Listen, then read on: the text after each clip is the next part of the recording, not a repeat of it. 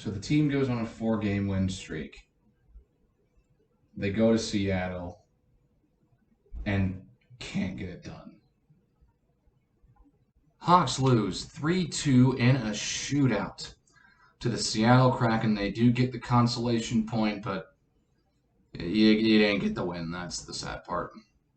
Team comes into this one on a 4-game win streak, beating teams such as Vegas and Anaheim, who are doing very well in the Pacific Division standings right now.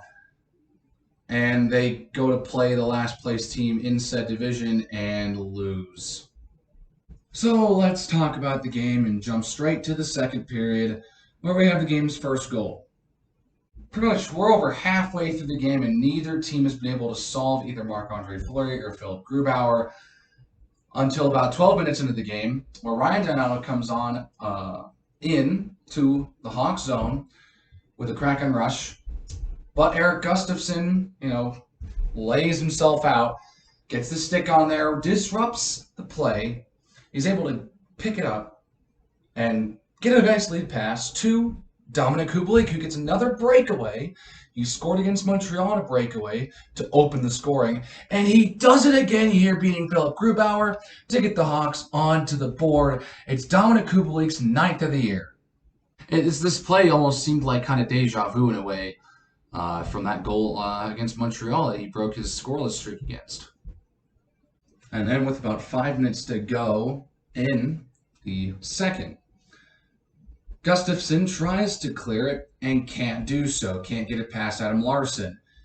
The stick then gets traded off and finds the stick of Vince Dunn, who just fires it on net, and you can see it. Marc-Andre Fleury was not able to see through the screen, goes right past him, and the game is tied. Yeah, that was just an effective screen. No one tipped it. That was just a shot done, just put in the back of the net. And the game's tied at 1. But this period would not be done with scoring just yet. Just a few minutes after that, the Hawks are on the power play. It's about halfway through this power play. There's about 3 minutes to go in the period. And DeBrincat moves into the zone for the Hawks. And in the Kraken zone, he gets a pass to Patrick Kane, but he holds onto it, doesn't shoot.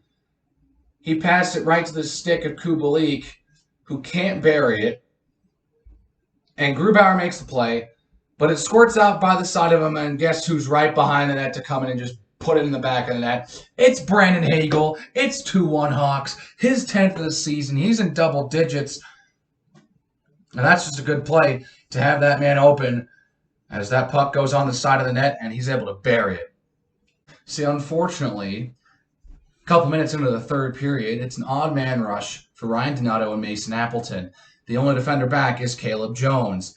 Donato decides not to pass to Appleton, hangs onto the puck, waits, drags. Jones slides a bit too early. He gets the shot, and Fleury makes the save. But it's popped right back out, and Donato's able to get his own rebound and bury it into the net to tie the game. And it seems like Fleury was just a little too late on getting that rebound. It pops off him. He reaches its glove out, but by the time his glove would have hit the puck, Donato's already picked it up and put it in the back of the net. So he's on his back, looking like an idiot, as Donato just buries it. So yeah, this game was pretty uneventful outside of that 10-minute window where all 4 goals in this game were scored. We'd go to overtime, nothing would come of it, so this game would have to be decided in a shootout. So the shootout starts with Jordan Eberle and Jonathan Toews both missing, bringing up Ryan Donato, who tied the game, and he makes a nice move around Fleury and scores. So it would be 1-0 Kraken in the shootout. So yeah, Donato makes a nice play, just goes wide, slows down, and gets Fleury to bite on this dangle, pulls it back and fires it past him, and it was over at that point. But it's okay. We got Patrick Kane next. He's been really good in this shootout for us this year. So hopefully we can tie the shootout right here for Patrick Kane scoring. Unfortunately, he straight up missed. Yeah, just straight up missed. So that brings up Jonas Donskoy, who had a chance to win the game.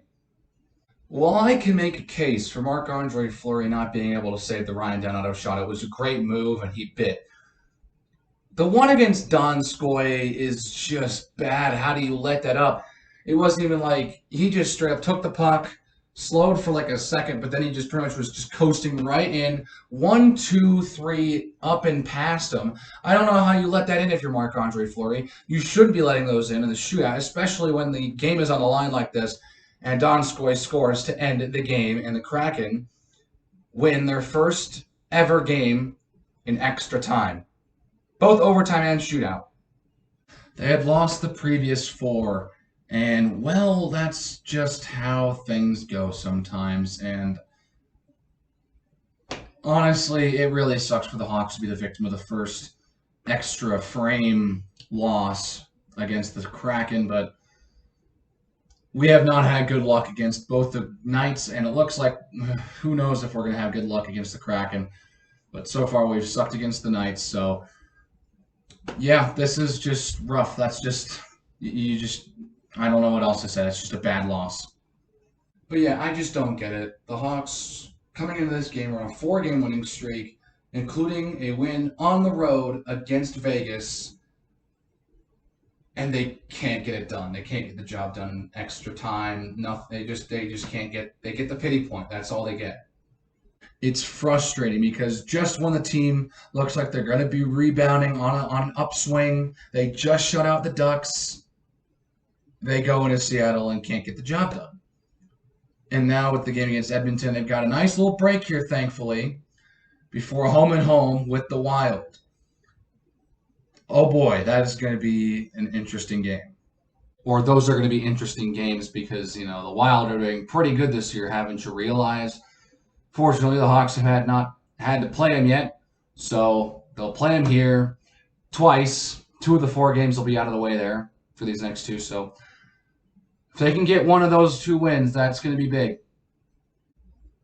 Because right after that, they come back to Denver to play the Avs. Then they'll go out to Detroit and then back at home for their final game of the year against the Avalanche, which thank goodness they'll be done after these 2 games that they've got upcoming because the Avalanche are on a white-hot streak right now. It's going to be a rough stretch. 4 of our next 5 games are against 2 of the better teams in our division. And the other one is against our biggest rival. So, it's going to be an interesting stretch here, for sure.